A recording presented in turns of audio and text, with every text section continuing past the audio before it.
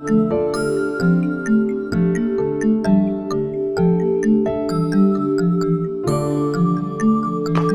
morning, everybody. Good morning. Good morning. Smiles. Yes, I see the teeth. That's good. And some happy hands, so I can know y'all have some movement going. That's good. Awesome, awesome. So great to see everybody. So, as we talk about this topic of collaboration, particularly in this time that we're in, I thought to myself, how do you talk about collaboration and not have people with you who have been collaborators? So today we're going to actually share this time between two individuals, in addition to myself, that the Urban League and I have personally collaborated with on many disruptive things. So we're going to hear also from Yolanda Castano, and you're going to also hear from Dr. Bronte Hall today. So we're going to share the time. We're going to talk through a couple of major points. One is just why is collaboration essential in whatever this new normal is going to be? But I think it's always been essential. It's just probably highlighted in a different way. If the screen sharing works, when I tried it, Lori, it says it's disabled for me. Okay, I'm going to make you a co-host then. Okay. So if I get that to work, because my tech skills, we're still working on those. I'm going to share two tools that I use in terms of figuring out how to go about collaborating and who to collaborate with and the like.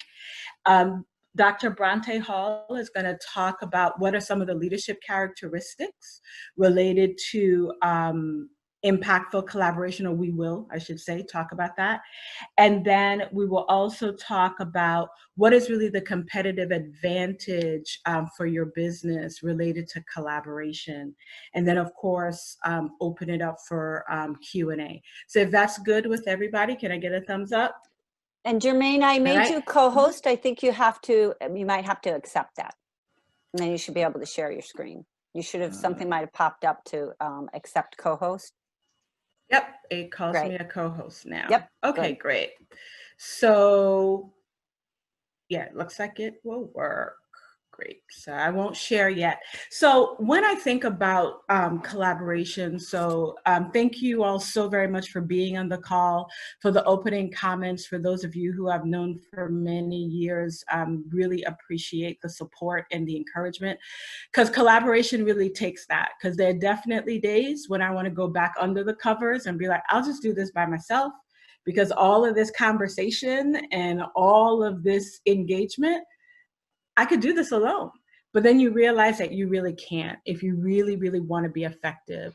So I think for talking through why collaboration is important and essential in this new normal, there are three things that I've really thought about that has really helped me, particularly in these last 60 days, as to why I even now go more out of my way to engage with partners. I strongly believe that when relationships are built in times of calm, they can be activated more forcefully in the time of crisis. And I think a lot of times we go toward collaboration more in crisis than in calm. And I would really want to encourage us on this call and others to really think through who are some of the partners and the individuals that I might have avoided, not thought about collaborating with, partnering with, or even just getting to know. Because this word collaboration has like this big, big idea kind of thought to it. But most collaborations just start off with hello. How are you? What are you doing? How can I help you? And then it really begins to build from there. So the three things that I think about related to collaboration and why is that we need to do it for survival, particularly in these times, leveraging the opportunities that we will have and getting to the best of what is available to us is going to be necessary for survival. So getting the ideas and the thoughts together and being able to leverage the best of who you have, being innovative in coming through with ideas and thoughts, really we're going to have to do that just to survive. There, in my world, in the not-for-profit world, we know that not all any business, we know that not all businesses are going to make it through to the other side of this, but I want to say that all of our businesses who are on this line, that we will make it through to the other side. So survival, collaboration, and finding those right partners is essential to your survival. The second thing that I believe is very important for collaboration, essential for collaboration, is support. Many of us are running either our companies as CEOs or running large divisions or leading in some way, even if it's leading within your home, whatever your leadership role is. And the only way to really get to the best ideas I've found is not to leave them in your head, is to really talk them through. And collaboration allows you to have a support network and a support system that you can activate. So collaboration is essential for support and being able to have that interconnectedness. I'll tell you, a lot of times I find that when there's an idea or a thought that I think was really, really good, it just gets great when we're able to talk about it, not even with other individuals in the same field, but individuals from different fields allows us to add layers to ideas and topics. And then I also think that collaboration is essential for scaling up. There are companies that are scaling. There are companies that are growing. And if we are going to be a part of that side of the equation, collaboration is going to be essential to that. There are ideas that are occurring, for example, Dr. Bronte will probably bring this up in hers, so I won't say it, but even in the health arena, we have very specific pillars at the Urban League, and health was probably one of the smaller, from a resource perspective, pillar. But clearly, because of COVID, its impact, particularly on minority communities, Black and Brown communities, and in vulnerable communities, it clearly has really made the Urban League think through who those different partners can be and growing that particular pillar in a different way. So that's an example of scaling that you couldn't have told me January 1st of 2020 that my health department would now, in resources, would now rival or possibly rival my jobs and training department. But that is only because of the issue of collaboration, being able to get the right supports and ideas out, and then understanding that not only for the Urban League survival, but in this case, survival of community, we needed to really be able to address health and health concerns in a different way. So one of the things I'm often asked is, how do you decide who to partner with, why to partner with this person? How do you go through that process? So I want to share with you two tools that I use and that I teach my staff to use in terms of thinking through collaboration and what it looks like. So I'm going to go ahead and share my screen at this time. While I'm sharing my screen, are there any initial questions or comments? Okay.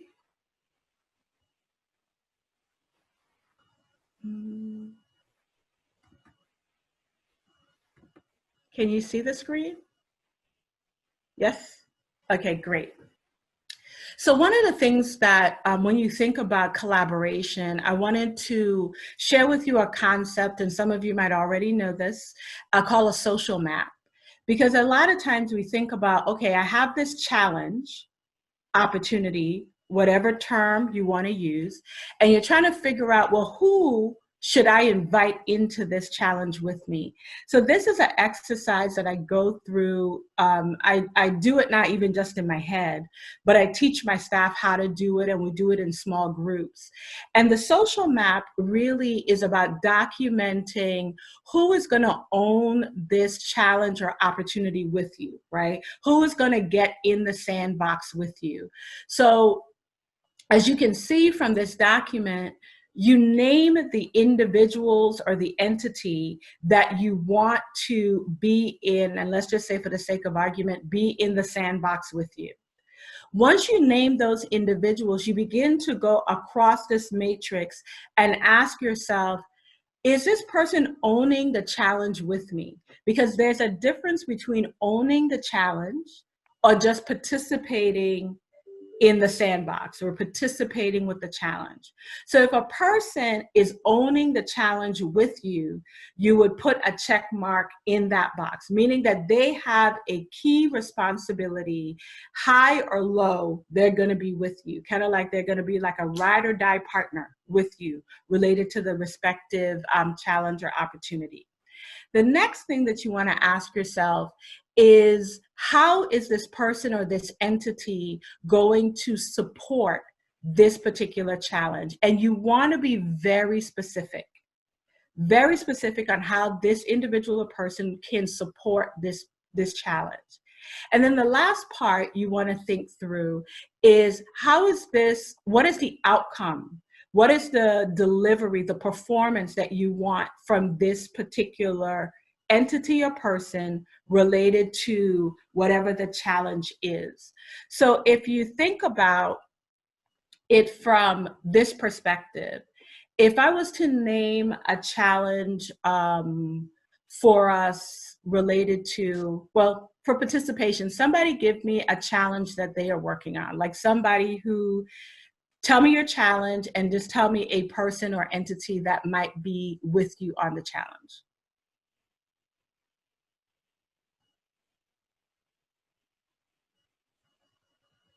Everybody is living in bliss. Nobody has any challenges. I love it. Okay, I'll give you a challenge.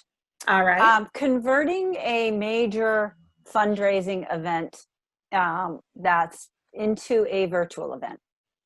Okay, so you're pivoting, right, from an in-person event to a virtual event. So the first thing you're going to sit and think about is, who does this challenge impact? Why is it important? Who does it impact? So in this particular case, you might say, well, one of the group that I need to be in this challenge with me are my board members, right? So you might say, as a name, you will put board members, right? And you're going to check off the box and say, yes, they have ownership. They have a mutual accountability to this issue. But I would challenge you not to just write board members as a big group, because sometimes that's what we do.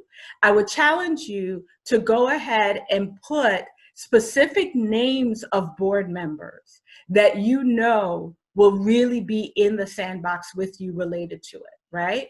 So say, for example, you have a board member, Jane Doe. She is in the challenge with you. How can she help to support this challenge? It happens that Jane Doe has access to really major production companies.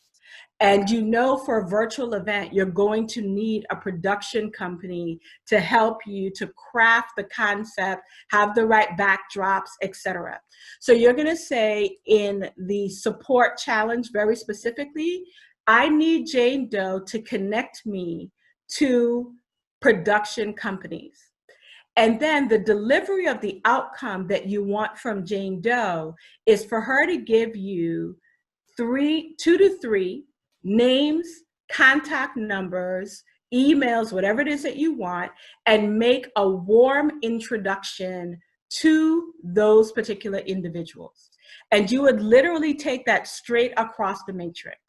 And by sitting and doing this either by yourself or in a small group, depending on what your challenge might be, then you'll be able to really be clear with her as to what it is you want, what it is you need, and how you and what success looks like.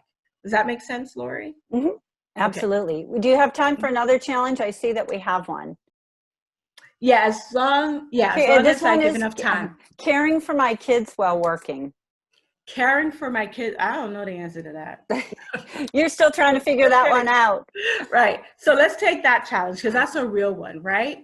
So who is within your network that is available to you that can help you to alleviate that challenge, right? So I had a friend of mine who has younger children. My children are older, 17 and 13. So when they look at me like they need help, I'm like, I'm on a call. I can't help you right now. Some people don't have that option, right? So who is within your network that can help you do this, right? So one of the people within your network, if you have a supervisor or someone who is, quote, over you in some way, you might want to name that person in this social map. They are a part of helping you to own this challenge because from an accountability level, you have an accountability to them. How can they specifically support you in this? So I have had some of my staff that report directly to me ask for an alternative schedule where I know that they are blocked out from say 10 to 12, because that is the major time that they need to work with their kids specifically on school activities.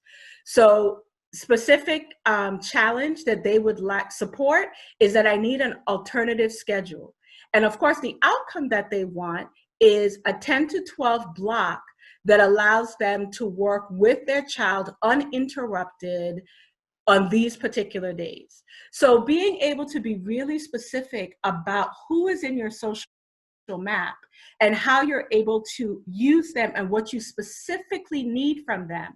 Because a lot of times in collaborations, what I find when I sit at tables is that there's this free for all around who's going to do what. Not everybody can do everything. And unless you get really clear and specific about what you want from people, then they will just give you what they want to, as opposed to you getting from them what you need. Does that make sense? Thumbs up, maybe? Yep. Okay, good.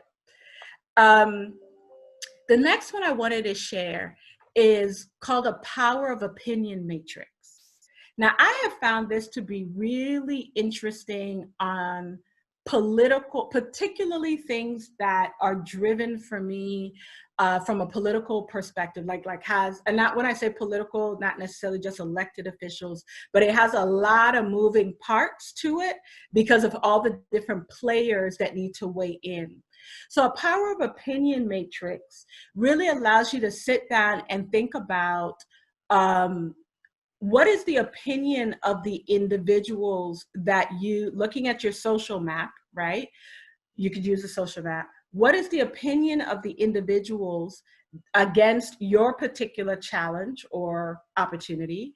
And what power do they have to influence it? And that power isn't necessarily based on hierarchy. It's, you got to think through what power can they bring to the table, good, bad, or indifferent, to influence the outcome that you want.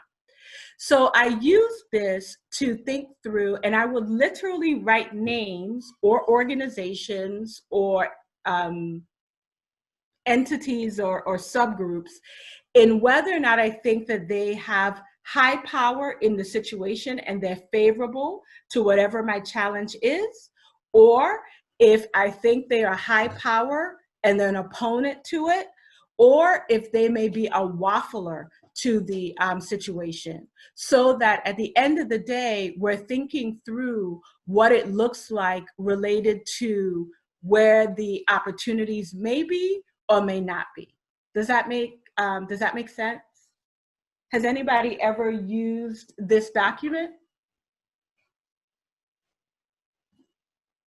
Yes? Unmute yourself and let me know. Don't see the chat. Has anybody ever used it? No? Okay. It is a matter of being able to being able to use it to have the idea of whether or not you're able to come up with ways that you can move people from being favorable, if that is possible, from opponents to being favorable, or maybe they will remain as opponents and you're just going to have to work through that. So last slide. And then I'm going to turn it over to Dr. Bronte to talk about some leadership characteristics as in collaboration here. So this power of opinion matrix, and I'll feel free to send this out to you. Great. When you look at this power of opinion matrix and you have people who are against you in your collaboration, right? Those individuals can be seen as detractors to them. And they will tell you that, you know what, just go ahead and ignore these individuals initially, because you need to make sure that you are putting your attention and giving the material and information to your backers and your fans, so that you could arm them appropriately to be able to help you to address your detractors and your opponents. What we tend to do in collaborations, or if you're leading a collaboration, is to say, well, I'm going to go out there and I'm going to be the one talking to the opponents and talking to the detractors. When you go back to the social map, you might have people on your social map who are literally friends with the detractors, or friends with the opponents, or have access to either of them. I have literally invited people to join the board of the Urban League. And when I sit with them, I tell them straight up, I am asking you to join the Urban League because you have access to detractors of the Urban League that I need you to be able to talk directly to be able to influence on the Urban League's behalf, because I'm never going to be invited into the room, but you are always invited into the room. So therefore, when you take this power of opinion matrix, you could really use it to figure out how you move through your collaborations, who should be on the team, how they should be on the team. And there are a few other tools that I use that, I think we have some noise in the background, but who can be on the team so that you can use your energy wisely. So I'm going to stop there. And again, I'll be more than happy. I'm going to stop sharing my screen at this time. Does anybody have any questions about the tools before I turn it over to Dr. Bronte? So I have a question. The wafflers, you don't spend any time there at all? Yes, I do.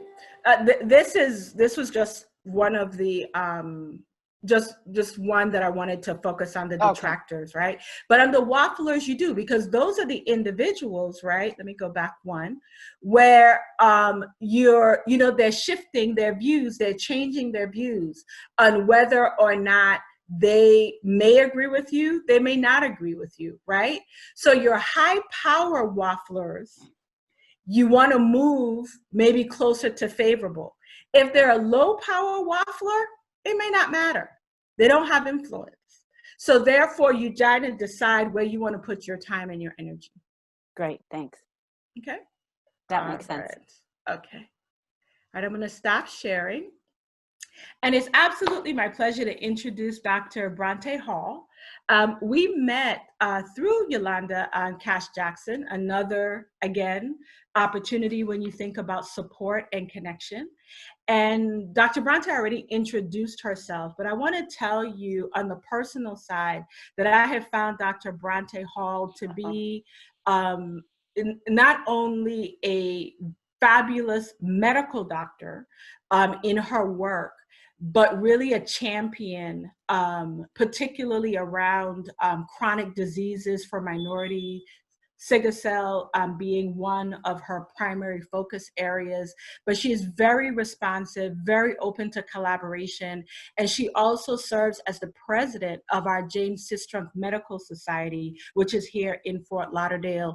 James Sistrunk Medical Society represents Black doctors in Fort Lauderdale. It's an organization for Black doctors. So with that said, I'm going to turn it over to Dr. Bronte Hall.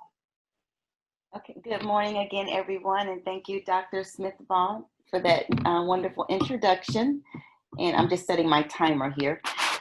So you provided a lot of tools already that I thought, oh, I really could have taken advantage of those. And, I've stumbled, a lot, but I've learned a lot.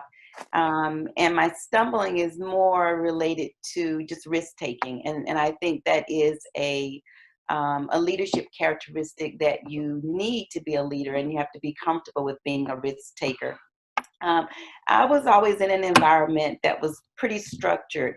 I was at Memorial Regional for 10 years, where I set up the sickle cell program.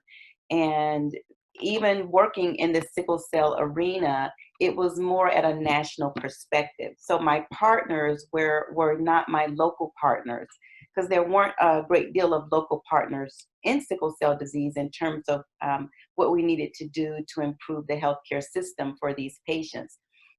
So at a national level, that's where all of my partnerships occurred, to the point where there's a national sickle cell organization. It's called the Sickle Cell Disease Association of America.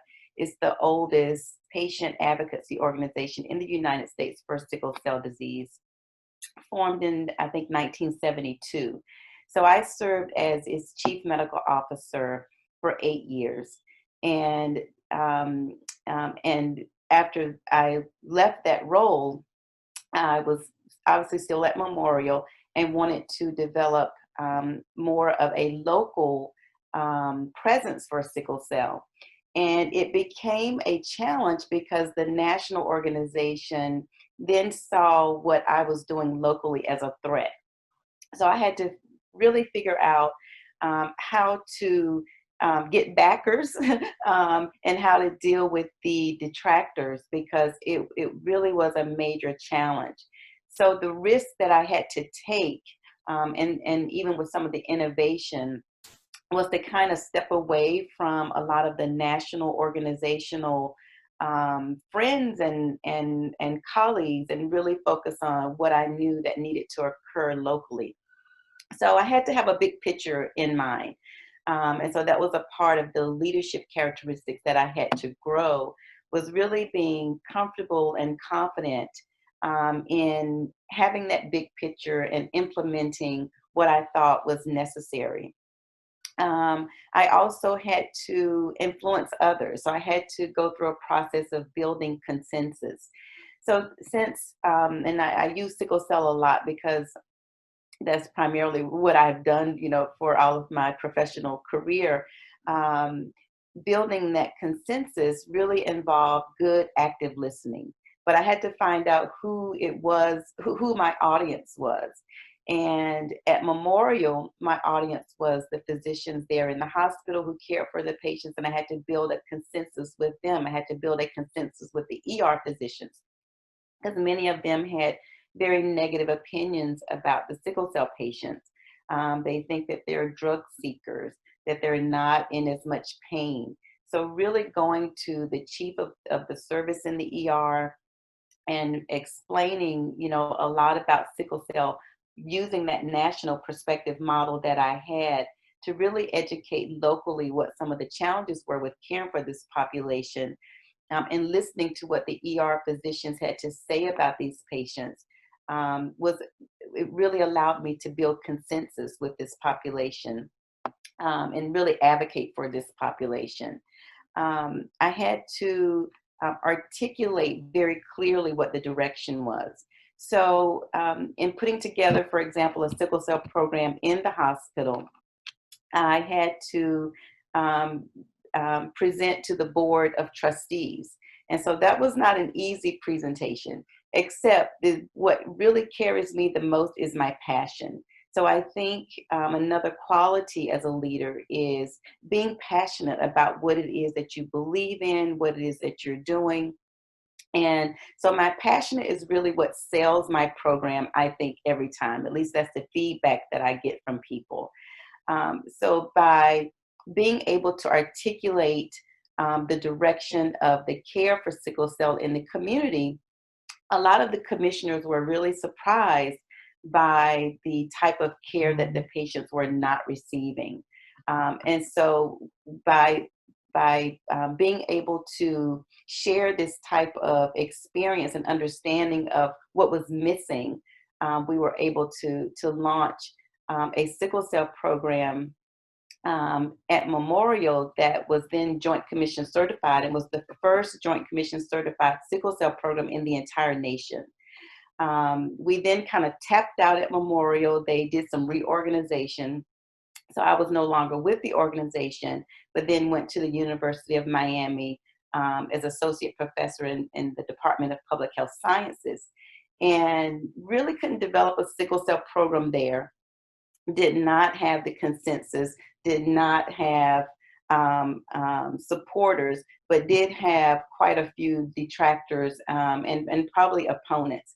So I knew, again, having that vision, and as a leader, you got to have the vision. Having the vision that I could not stay stifled in a situation that did not allow for the expansion of programs and services for these patients. So I really took a risk and came to the community. So I've been in the community as a standalone medical and research facility since 2015. And I actually then understood, and not having the vision to actually to state, oh, well, I'm creating the first sickle cell outpatient program in the United States. That really wasn't my goal. My goal, again, was just based on pure passion and advocacy for these patients. And what I then learned from my national colleagues, who were all primarily hematologists, oncologists, well-renowned in their fields. They were all at major academic centers, had sickle cell programs that had been funded by the National Institutes of Health. And they all came to me and said, you literally have the only program in the entire United States that deals with these patients from 8:30 to 5 every day, all day long. And so that's when I knew and really realized that being innovative, taking a risk, following your passion really does pay off, because people, it resonates with people when you're true to yourself and you're really true about helping others. And that really is another, I think, leadership quality that I think is important, and I think that I do have, and that is helping others. Because when you help others, it comes back to you. And there was never a focus on me or any accomplishment. It was really about, what do I see a gap in care, I see a gap in services, I see a gap in need, and how do I fill these gaps? You know, how do I create a system of care where these individuals are not mistreated the way that they are? And so I really learned, following just that path of helping others. And so I still had to get out of my box of, okay, now I'm helping. How do I now expand what it is that I'm doing? Because I can't just talk to the patients every day. And I can't just talk to the physicians every day, because my scope, started to be limited in terms of hearing physicians' complaints and what was working, or the patients were now more happy because they had a place to go and didn't have to go to the ER. And I really had to figure out how to expand the services far beyond just me and this local community here in Hollywood. And that's when I was introduced to Yolanda Castano, and learned about the world of government relations and what that meant. And the first time that I went with her to Tallahassee, I thought, what is this? I thought this is a dog and pony show. I felt like I wasn't saying anything to anybody. I had to put together a one-pager. I said, there's no way I can talk about everything that I need to do for sickle cell on one page. But that is truly a skill set that I did not have, and had to learn that skill set, and had to really take a risk on having a lobbyist and understanding how important it is to have someone to advocate on your behalf. So I embarked on that journey, and it has absolutely been a wonderful journey that has introduced me to Dr. Smith Baugh, and now even this group. So being a leader is really, and at least from my opinion and my experience, has been really centered around building that consensus, being a risk taker, and having innovation, executing well, always being available, being nimble. You're not going to be in a space that it is the same, thing every day. You have to just, sometimes the phone will ring and you need to be ready to talk and go for it. As Yolanda and I say to each other all the time, you got to be a runner. You got to be a person who's running. You can't be crawling around, stumbling in the dark. You really want to run with the people that are running with you. So this has been a great journey for me. We're looking to, expand the satellite site here, or the flagship site here, to more satellite areas in Florida. But we have a bigger vision of actually creating a sickle cell research hospital in Miami-Dade County. And again, that was me presenting at a commissioner meeting based on my passion. And so, people are like, well, what is this woman so passionate about? Does she have, family members that suffer, from the disease? And that's a story in and of itself, because for many years I did not think that I did, only from my mom to tell me, oh yes, your cousin so-and-so had sickle cell and is always in the hospital, gets morphine all the time. So my mom knew everything. But, again, with sickle cell, what we've learned is that people often hide and don't want to disclose that they have sickle cell or have family members who suffer. So really just getting out of my own comfortable box of dealing with physicians a lot, and moving outside of the healthcare arena to bring in that support from community groups that you don't see doctors really reaching out and getting that type of support and understanding and advocacy for their programs. So that's been my journey, and thank you for listening. If you have any questions, I'll answer them. Thank you, Dr. Bronte Hall. That was great. And, one of the wonderful, several key takeaway points there. The thing so important is, getting outside of your comfort zone and bringing other people in. Collaboration only works when other people get into the sandbox, right? So that is so awesome. And I'm sure we'll share your contact information, Lori will, with others so they can learn more about your work. So we're going to, now the last, but not least, is clearly Yolanda Cash Jackson, who, are you there, Yolanda? Yes. I am here. There you go. All right, so I'd like to introduce Yolanda Cass Jackson. She introduced herself earlier. Yolanda is a board member of the Urban League, in full disclosure. She introduced herself as a shareholder with Becker and all that fun stuff. But let me just tell you the real deal. Yolanda is the kind of person that you can call at 6 a.m. And yes, I did say that, 6 a.m. in the morning. So when you have real, collaborative partners, you can call them at 6 a.m. in the morning and they will not hit decline. Okay, they will actually answer the call. So you want to have a few of those, right, in your sandbox with you, because there are going to be moments where you're going to need to be able to move something really fast, or there'll be a concern or an issue. But Yolanda really has been that and much more for me, professionally and personally, around the work that needs to happen within community and within businesses. So this idea of business and community coming together is where Yolanda will share some of her thoughts. Thank you, Jemaine. Thank you. So in thinking about collaboration as a competitive edge, that's what I was asked to speak on.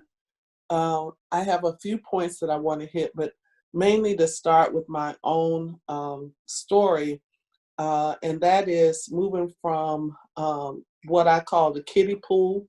That is, just kind of being in yourself and just being aware of what's close to you, and moving from a kiddie pool to, as Dr. Bronte Hall mentioned, to a runner, and then finding other people to run with you. So moving from the kiddie pool to a runner, and then finding others to run with you. And I think that collaboration effort gives you a competitive advantage. For me, there are not many women of color in the advocacy space, particularly with business. Social services, maybe a little bit more education, but definitely not business. So my job was to go through a phase, and this was pre-pandemic, of trying to get out of that kiddie pool of pity party and, oh, I'm the only one, to let me kick their butt and become a productive, profitable business person. And when I reflect on that, it required me to, first of all, be more flexible. So that's the first thing I would have to say to you, flexible. We all get in our feelings, and I do it sometimes more often than not.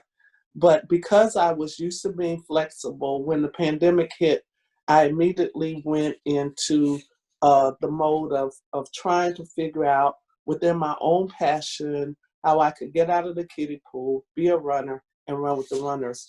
So the first thing is that you want to be flexible. The second thing is that you have to attract some top talent, whether it be in your own organization or people around you. Who are the other runners? Identify them. Some of them are going to be young, that you're not quite going to understand what they're talking about, but even that in itself is good, and they'll start gravitating to you. And you may be a mentor to a lot of that talent, but because you've gotten out of your space and become more flexible, then you will attract that top talent. And then that top talent, then, and when you start to work with other people outside of your comfort zone, or even ignite something within them, then you come up with innovative ideas. You know, you may just have a thought. I'm always thinking of something. You know, in my other life, I think I was a used car salesperson or something. I'm always thinking of definitely an entrepreneur, even though right now I don't consider myself an entrepreneur. I consider myself more of an entrepreneur. So within my organization of the law firm, I'm the one who's, you know, on social media the most and all that. But anyway, you need to have some innovative ideas. And the only way that you can free yourself to come up with ideas and to be able to talk about ideas is to be that very first step, and that is to be flexible. And then you have to identify the stakeholders, and I think Jemaine talked about stakeholders and how you have to be understand what their needs are. You cannot really be effective unless you are selling what people are buying. You can't be effective unless you're selling what people are buying. And so the stakeholders, you need to know what's important to them. You need to be able to step into that space, and that requires, go back to step number one, to be flexible. And sometimes, especially when we work in, you know, if you're a realtor and you're always around realtors, or if you're a lawyer, heaven forbid, you're always around lawyers, you really kind of lose sight of what the other people who influence the outcome of your business have to say about things. I always talk about cultural competency. Always, cultural competency gives you a competitive edge. I can talk about when I first went to Becker. At that time, we were a predominantly Jewish firm. And, well, most people wouldn't think that I'm Jewish. But, you know, I have some tendencies now. I eat matzo ball soup, and my colleagues eat collard greens. I mean, we have learned how to be aligned together on things that are important to us. My religious beliefs are important as their religious belief. And that has made us stronger and made us culturally competent so that we can, when we go to pitch a client, talk about all different worlds. And that's a talent. And then enhancing your individual productivity. is also important in collaboration. What's in it for you? You know, I mean, as much as I love helping people, as much as I love giving, the reality is I really do like Neiman Marcus. So I really do need to be productive to fuel some of my habits. But anyway, at the end of the day, when you're in a business, the bottom line is the bottom line. When people talk about race and gender and all of that, I can tell you it's a part of a management committee. When we're talking about conversation, numbers have no face, at least for the moment. They have no face. And then you kind of go into why people do what, but at the bottom line is the bottom line. And so you want to, when you're doing collaborations, it may not be also a financial advantage. Sometimes it may be a spiritual thing. I can tell you that this pandemic has hit spiritual places that I never knew existed. The compassion, the empathy, the support, the giving, the sowing has certainly my emotions have been all over the place. I don't know if that's been like that for you, but my spiritual growth is certainly a part of enhancing my individual productivity. And then finally, you want to be more profitable. Now, profitable doesn't necessarily have to be money. Profitability may be in your own personal growth. To have a competitive advantage in terms of a business, it's not just, what you can take to the bank. I had an experience yesterday, and sometimes I get a little high strung, I'll put it that way. And I just did not like the way I was, quote unquote, handling. And I would also say this: people don't remember what you say, but they always remember how they make you feel, And so, but what I have learned from this pandemic, and what will catapult me to increase my profitability, personal and financial, is that you have to get outside of yourself and go back and evaluate. Sometimes you need to take a breath and remember that you are now out of the kiddie pool. When you're in the kiddie pool, you got really pissed off and say, you know what, I'm never working with them again. And as a collaborator, you can't do that. You may be working together on one project today and be on the opposite side the other day and be back the other way. So collaboration requires you to make sure that at the end of the day, you get something out of it, that you're profitable, that you gain something. So those are my points. I think my time is up. And I can tell you as I close that we, Jemaine, Dr. Bronte Hall, we can write a book on collaboration. It's nothing like calling a friend. And for those of you who are Bible scholars, you know that the Lord had 4 crazy friends. And so you identify some people that are willing to run with you, and then you come up with ideas that may make a difference in the community. We worked on a project that started I don't even know quite how we started. I think I called Germaine and said, you need to talk to these doctors.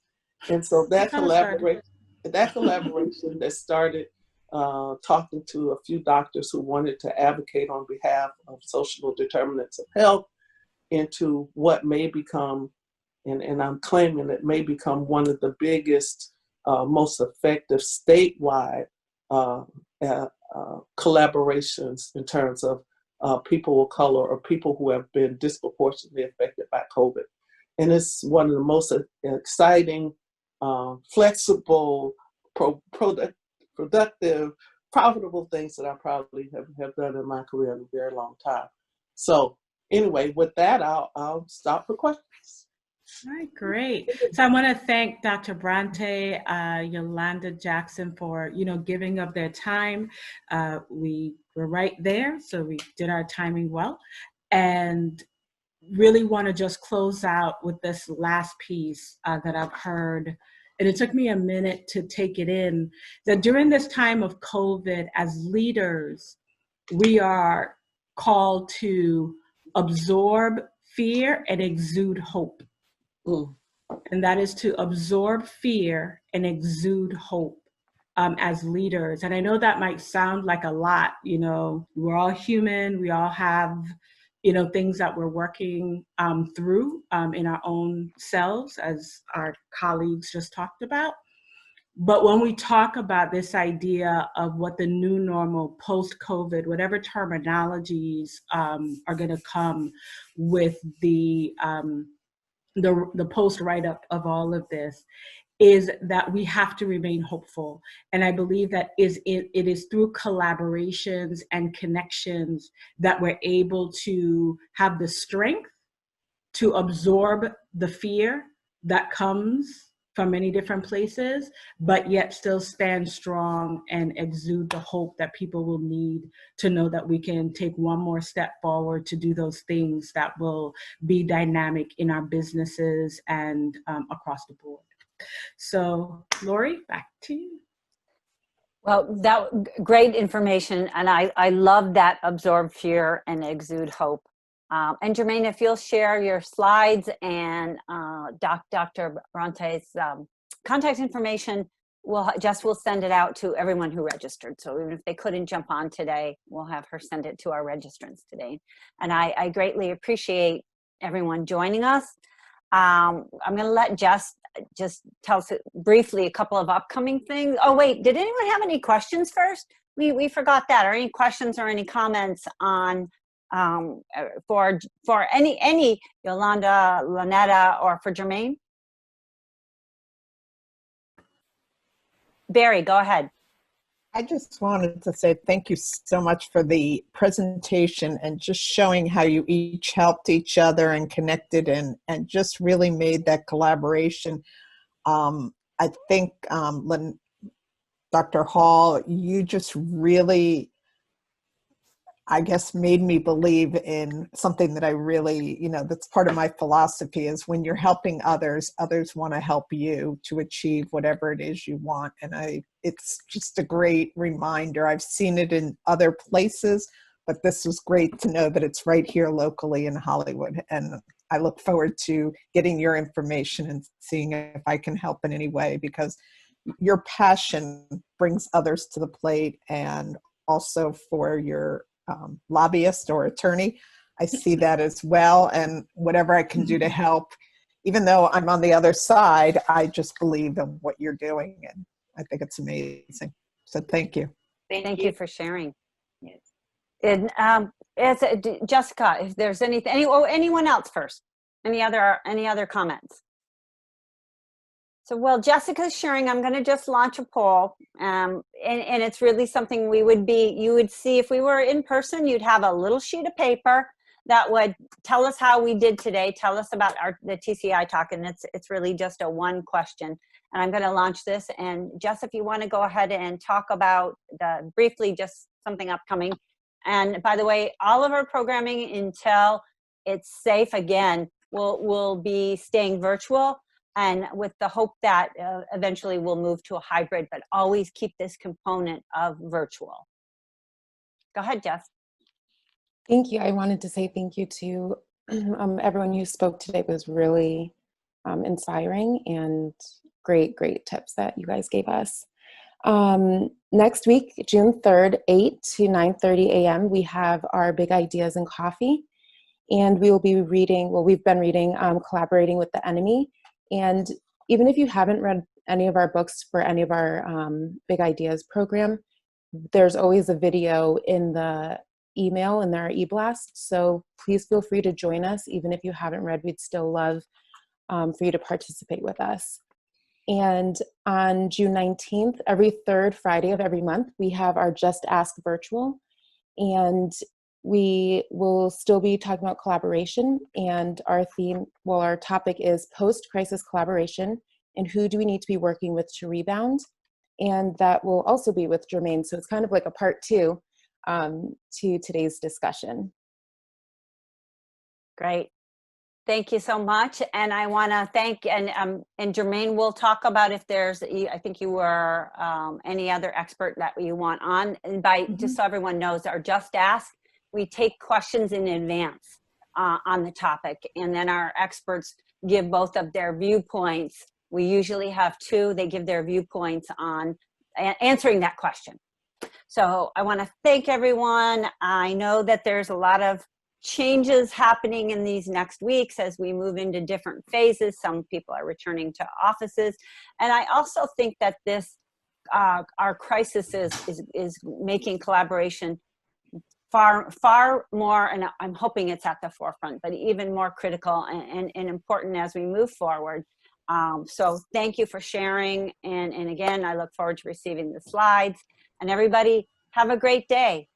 Thank you. You too. Bye. Thanks.